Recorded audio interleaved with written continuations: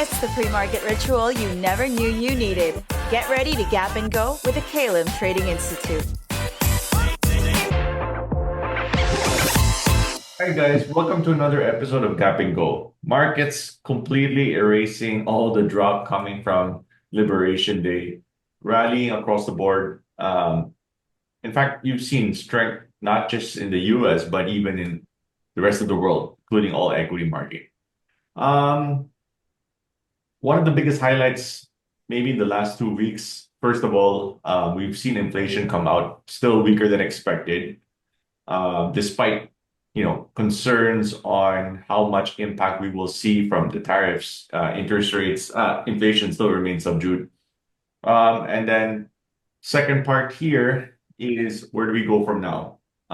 And I guess Jason, maybe you can share your thoughts first about the market.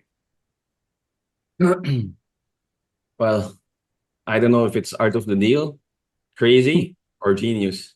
But I guess, let's just focus on what's happening right now, diba? So, yeah. So, I think the market smelled it out early on naman, diba?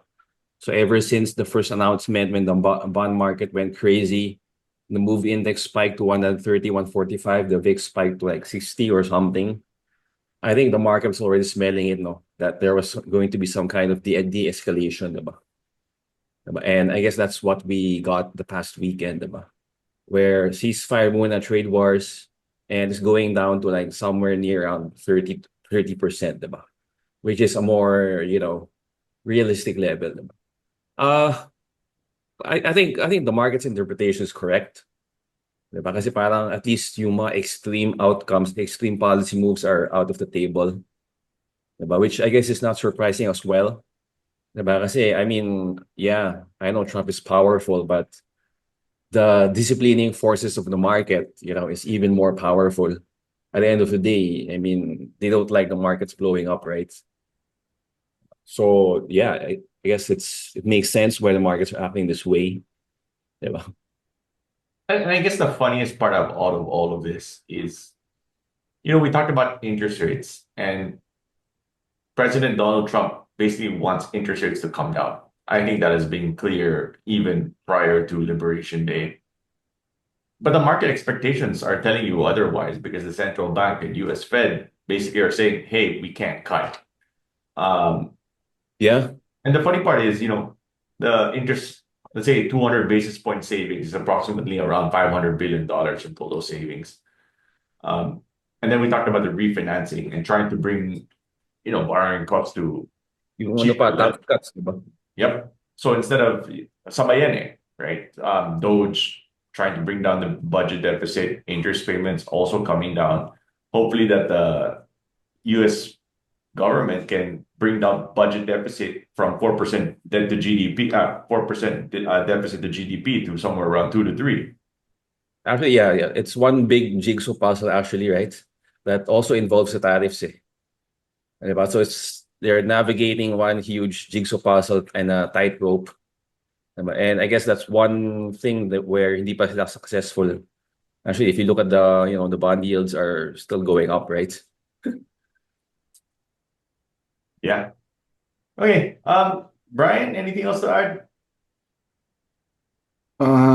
Sinabi ni Jason. So, but there's a saying that at any given moment, we're living in someone else's dream, di ba? So I guess we're living in Trump's and Besant's dream. I think if you look at I think the driving force of this US market is the America First policy again, which is Main Street over Wall Street, as what Edmund said. Hopefully, which is but very difficult to do, is bringing down the interest rates. But in the America First policy, they pointed out the US dollar as being the culprit of all the ills of the economies of the world. Like, it's very overvalued. That's why you see their trust to bring this down by building up a forex reserve, which I'm surprised that they don't have. I guess this is a product of China bringing China into the WTO without currency controls. So this time around, they saw that fault. China being able to manipulate the currency, creating that continuous surplus each year, diba? So that's what they're trying to. That's the dream. That's what they're trying to rebalance.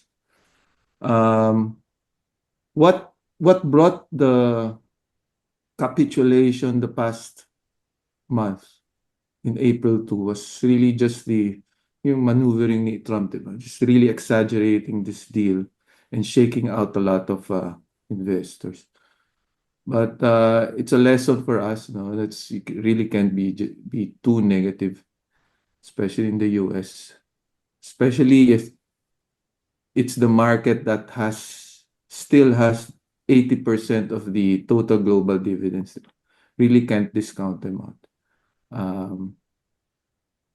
Very surprising is the very quick rally. You're not quick to reverse your position on it. It's very difficult to really trade this market.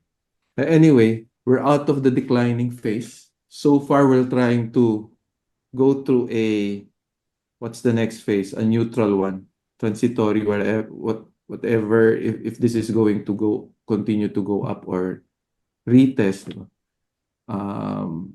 We are entering for me, a neutral territory. Medyo exaggerated lang because you have your news flow, the way they market the Trump in Riyadh, diba? Very, very bullish. And if you're short the market, talagang short squeeze yan. So, with that being said, if it's going to a neutral phase, you really have to focus on the strong ones. On the liquid ones, you'll see nauna na yung mga Palantir, diba? Mga AVGO, Well, we'll get to Uber. the individual issues in a bit. I just wanted to ask, both of you also, because this has been the name of the game, maybe last 3-4 years, where markets are just so efficient pricing in all the negative and bad stuff, right? And that's the reason why I always tell you guys, tell me something I don't know, because after this drop here that happened, 25%, 20+% decline already, market's already pricing in declining growth, earnings impact, etc. And obviously, things don't react overnight, meaning you don't see earnings naman drop 20% naman overnight, but the market's already pricing that in, right? And after more news come out that there's less impact and whatsoever, you see these V-shaped rallies, right? And again, the reason why I share this is because from a technical perspective, especially from a trader perspective, whenever you're seeing a break of a major trend, assumption 100% is short on rally. Yes. Right? And this is exactly short on rally, right? And this is exactly what's killing everybody else, because markets are so efficient that post tariff and post all the negative things already priced in, markets just rebound V-shaped rally. And I'll be honest, looks like this is still gonna channel higher, looking for entries. And from a trader perspective, the frustration is, how do I look for entries when everything is also overbought in the short term? But the problem is, this can continue to still channel higher. And I'm just sharing to you guys because markets today are just so efficient in pricing in whatsoever. So I think that the difficult part is really trying to put a context on, let's say, the sell-off, 25% sell-off, especially putting a context on what will cause this possible strong rally, V rally. Actually, honestly, the V rally is the last thing in was the last thing in my mind then.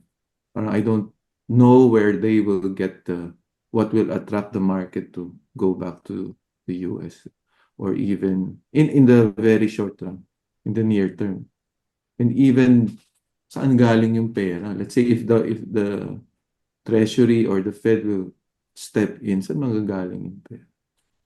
So I think that's I tried to look for it say if you're a child of the past crashes like me, it was so basic lang that it's just a rate cut that you're looking for to engineer a strong rally. But nowadays, it's very different. Mga financial engineering nowadays, it's very, I think, very yeah, parang sticky. what Brian was saying, yeah, and I, I think the market's really changed. Parang if you look at the past 5, 10 years recently, kasi parang what Brian is saying, I think the US market has been so financialized already. It's like if you look at the financial markets, like several order times bigger than the real economy.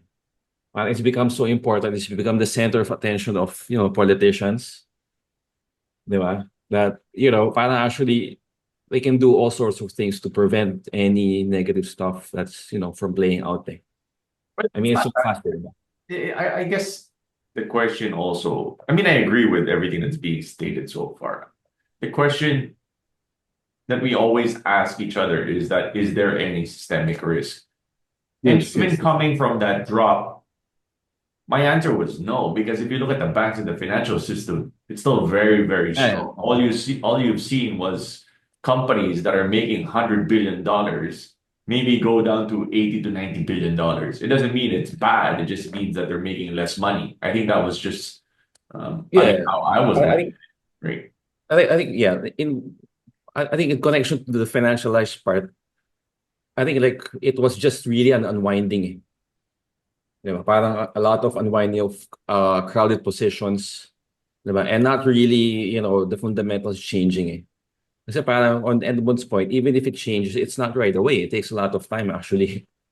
Di ba? But the market falls like 25% like in just a few weeks, di ba? Parang everything moves so fast eh. Okay. Some of the individual issues you talked about, Brian. Obviously, some of the biggest winners. Palantir. Volunteer, spot, the liquid ones, di ba, yung mga HIMS, Uber. Actually, most of the Mag 7 rallied hard since April 2. Even though some of them are not near the highs, but really rallied hard since April 2. But some of the growth ones, yung mga Duolingo, Spotify, Hood, Roblox, doing really well. And now the market is going into the smaller ones, yung mga infospec, like your mga QBTS, all those. Last night was yung mga small modular reactors, mga SMR, Outflow, NNE. I think may policy. I think may policy developments, right? Trump supporting nuclear. Alongside with the rally in UX1, yung uranium. Aside from that, benefiting from very weak dollar is your ASEA. If you type in ASEA, your Southeast Asian side, well, among other emerging markets, Southeast Asian. So top 5 ang Philippines. If you look at it. Basically, EPHE is Golden Cross na. If you look at it, Golden Cross na siya sa US. Sa Philippines, hindi. So maybe because of the currency differential. So EIDO and THD all benefit also. The weak dollar. Parang it's whatever Trump was did along with China, parang ano siya, very stimulative for equity markets. Or shall we say it's just everything against the US dollar. Kaya umakyat lahat. No? That was the thing, right? That looked like that's really the part that's saving the world right now. That's the only benefit that I can see coming from post-Liberation Day. Why? Because everybody now starting to realize, hey, all our assets are in US equities. And rightfully so, because if you look at earnings estimates in the next 5 years, like what we always talk about, it's always been about the mindset. I mean, if I'm searching for growth, where do I go? It's always the US. And now post-Liberation Day, you've had that maybe change in tone. And what do I mean? It's because now people are saying, hey, I just can't leave all my assets into US equities. I got to start diversifying and pulling it somewhere else, right? And that's exactly what happened because now you started to see more money flow out of the dollar. And I think that's still the weakest part, maybe post-liberation. And what has that allowed everywhere else in the world? Because the last year and a half, mahina ang growth ng rest of the world. And so that printing of money, or sorry, and then the lower borrowing costs or the cutting of interest rates, basically in the rest of the world, puede na.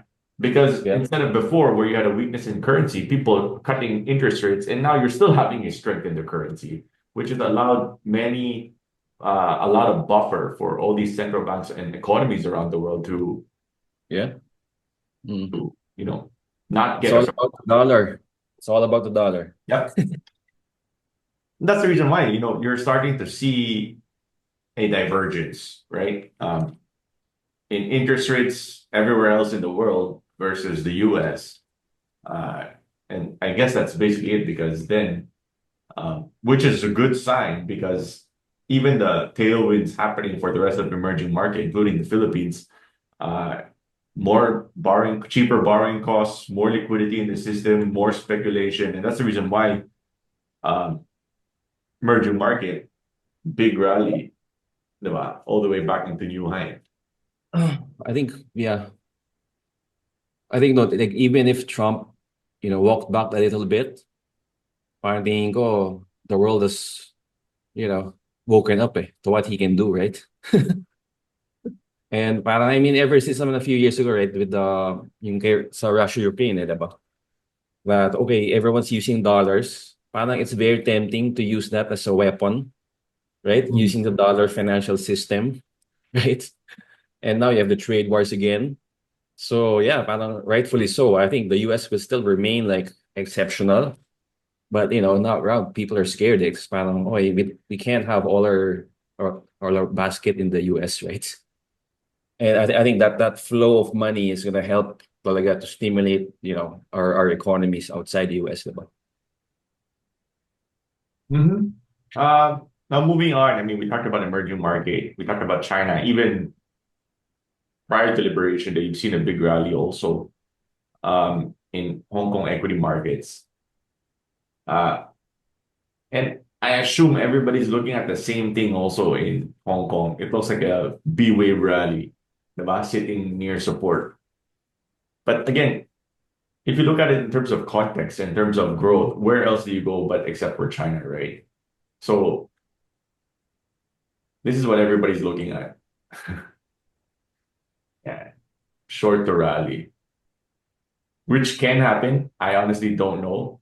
I'm in the camp that this is just going to channel higher and just continue thereafter. Valuation still I learned my lesson. Sorry? I learned my lesson. I think to some extent, valuations are still cheap. Growth, a little bit tempered. I think they were really impacted by the, obviously, from the weakness.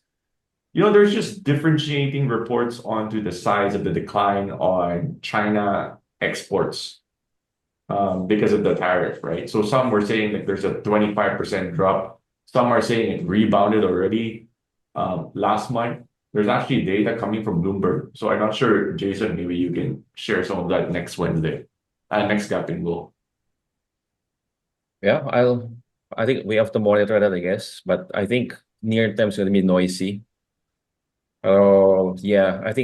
I don't think they're going to be as affected as people think, honestly. I think the number is at this point coming off of 145% narrative, diba? Down to what, 20-30%. Is very acceptable already.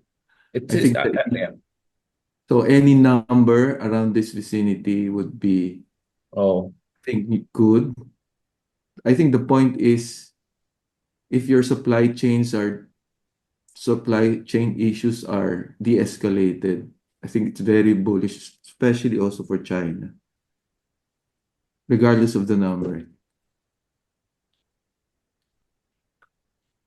Yeah. I mean, if you're coming from like the worst scenario of a complete stop in supply chains, but at least now I think it's a little bit more, saner, right? I think it's parang medyo marginal na lang to me actually impact, things go on, right? Okay. Transitioning really quick to Philippines emerging market. Brian being the biggest bullish out of everybody. Big Ooh. break. Looks like it's continuing absence of seller. That I think still appears to be the narrative. Let's talk about MSCI really quick. Bloomberry will got removed from the small cap and then AEV added to the small cap, but I don't have the changes in the weight. Some speculation happening that the weight increase coming from URC and then a decline in weighting with regards to Monde. I don't know what the actual weight is. We'll probably be sending it once we receive it. Any thoughts on the Philippines? I mean, is this it? Are we finally seeing movement and alive, especially from SM Prime Group? I hope the foreigners see our election results now. Something's changed with our electorate. It's bullish for me. So Maybe we can talk about earnings really quick in terms of surprise. So when people ask me this question about whether it came in line or above expectations, I always try to look at stuff from an absolute perspective, right? So even though something might come in line, but growth is still weak, I always take notice of everything. So case in point, majority of companies really does not really tell you anything differently. I mean, you could miss by a few percentage points, but in my opinion, it's too small for anything to even talk about. Some positive and maybe negative developments coming from Jollibee. Let's start with the bad first. I think most of their international acquisitions still are in difficult period. So they bought Compost Coffee for 20 billion pesos. I think in terms of contribution, it's still sitting at less than 1 billion in terms of total profit. So that one, I don't know also how they're going to be able to make that into a money-making machine. But the good part, I guess, in the Jollibee in the first quarter, which really surprised me, was still same-store sales growth for individual brands, especially the ones in the Philippines. And the one thing I want to talk about really quick was about Mang Inasal, because Mang Inasal grew same-store sales growth by a whopping 15%. And I don't know how that happened. Baka dahil sa atin. Mas marami tayong in-order ng Mang Inasal ngayon. But the point being here is that great same-store sales growth coming across the board on all brands, largely led by Mang Inasal. So maybe, I don't know, domestic consumption is really driving business for Jollibee today. If you look at top line and bottom line, I think they were still sitting at 17-18% in the first quarter. There were some concerns in my end with regards to absolute terms with regards to URC, mostly because gross profit came in negative, largely led to lower, obviously, operating income and bottom line. Nothing really surprising. I think if you look at it based on valuations, I always tell people, looks like it's already priced in, and then you're just getting a 5-6% cash dividend yield, right?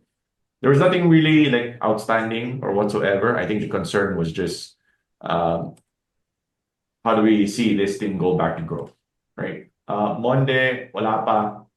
I guess we can talk about two companies that really surprised me maybe in the first quarter. First is DNL. And I think they still have ways to go. What do I mean by ways to go is because they still need to resolve their margin problem. There's talks, or what the president, Alvin, was talking about, that it's already bottomed out. We'll see. If I look at inventory levels, the last 2 quarters, they've been rising rapidly. I think this quarter, working capital rose another 2 billion.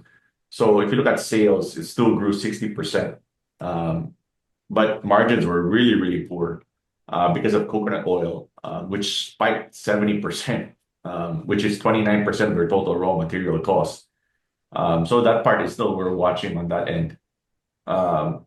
Hopefully 2Q comes in a lot better. Again, we're monitoring input costs just to see if there's any rise.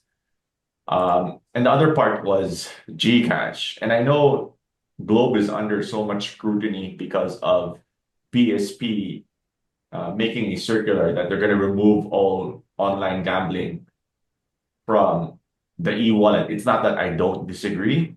It's just that prior to that happening, if I look at it in absolute terms, Mint did a whopping 5 billion peso first quarter. This is on pace for 20 billion for the full year of 2025. Profit.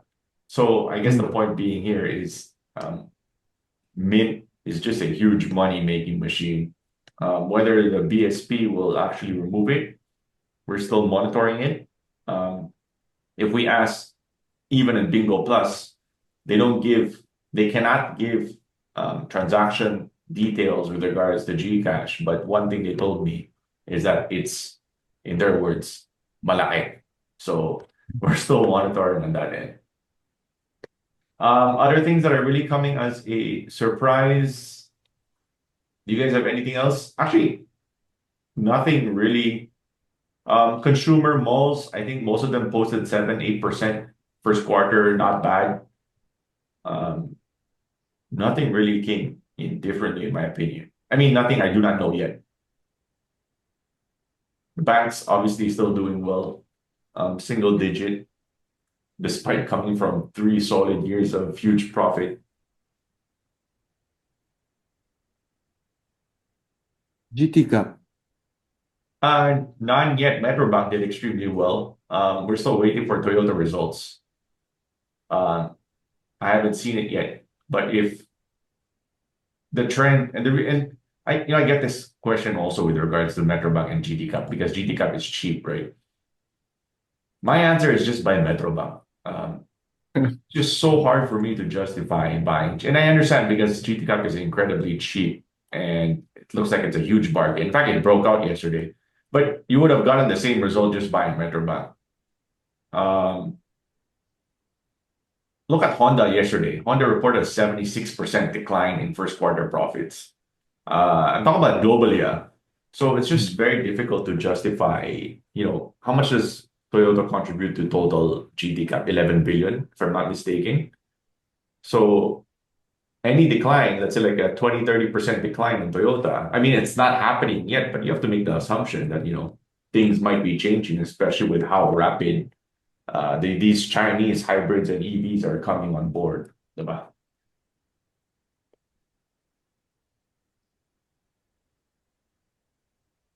But yeah, anything else? Anything else? Some speculation happening on SPX. Might be coming out alive, especially with some news that MGen or MGreen or the Meralco renewable energy would start making this a backdoor listing. There's been some rumors of it. Also with SGP, obviously coming from Maharlika and its insertion, plus another 15 peso. I mean, the purchase price was 15 pesos and then another 22.50 thereafter. So I guess people are also still watching SGP on that end. But, again, we always talk about the dollar because the dollar is everything. This rally was largely caused by this, right? So you can tell that it's just more money flowing into the country everywhere else in the world caused by the weakness of the dollar, which is good for all local equities.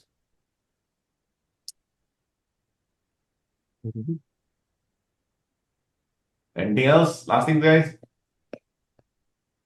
Yeah, if the bullishness proves correct or the market agrees with the bullishness, you might see your favorite issues do a golden cross. Kasi marami sila ngayon sa kanila ngayon, wala pa. So I think that's the initial, in terms of price action, that's the initial target, I guess. All right. I guess to recap everything we talked about, what really, despite the, return of all the return, sorry, that sounds redundant. Despite all the decline and then the whiplash on equity returns post Liberation Day, one thing that has actually maintained has been the weakness in the dollar. And this outflow, basically coming from the US, has led to central banks all over the world able to provide some liquidity to their local economy. And I think that has been the biggest beneficiary of, the past 3 weeks. And if you look at it, even in terms of the rally in local currency and even in dollar terms, Latin America, Malaysia, Singapore, even in the Philippines saw this huge rally. Will it be sustained? If I had to make a guess, my answer would probably still be yes. Is it overbought? Yes, but like what we talked about, overbought can remain overbought. I think what's important is just to have some level of expectations. Now, if you're trading heavy in overbought territory, then obviously you should take a step back and reevaluate. But I think the point being here is that these things can still channel higher. And it looks like that's the case. First quarter earnings, really nothing come as a surprise, except it's still relatively strong, especially for the consumer. I don't know if it's partly because of election period, but you could make the case that input cost is also continuing to trending downwards. And hopefully earnings season starts picking up, mortgage interest rates start coming down so that the property sector might also have some leeway. I think Wilcon made a surprising message the other week with regards to earnings, just for everybody to add that, in fact, quarter on quarter, I think earnings grew around 20% despite the decline year on year. And in fact, the message was that we're actually starting to see some level of normalization and return. And we think business might be back in the second half of this year. That was the exact statement. So hopefully that message comes through. We're waiting for it. And hopefully SM starts coming back alive. And the malls have still been performing fantastic. But again, we're still watching things play out, and I think we're fairly positive. Just be careful, again, we're overbought territory. I always tell people play defensive, and this is the best place for you to get rewarded. All right. So with that, thanks again, everybody, and I'll see you guys in 2 weeks' time. Have a good day. Bye, guys. Okay.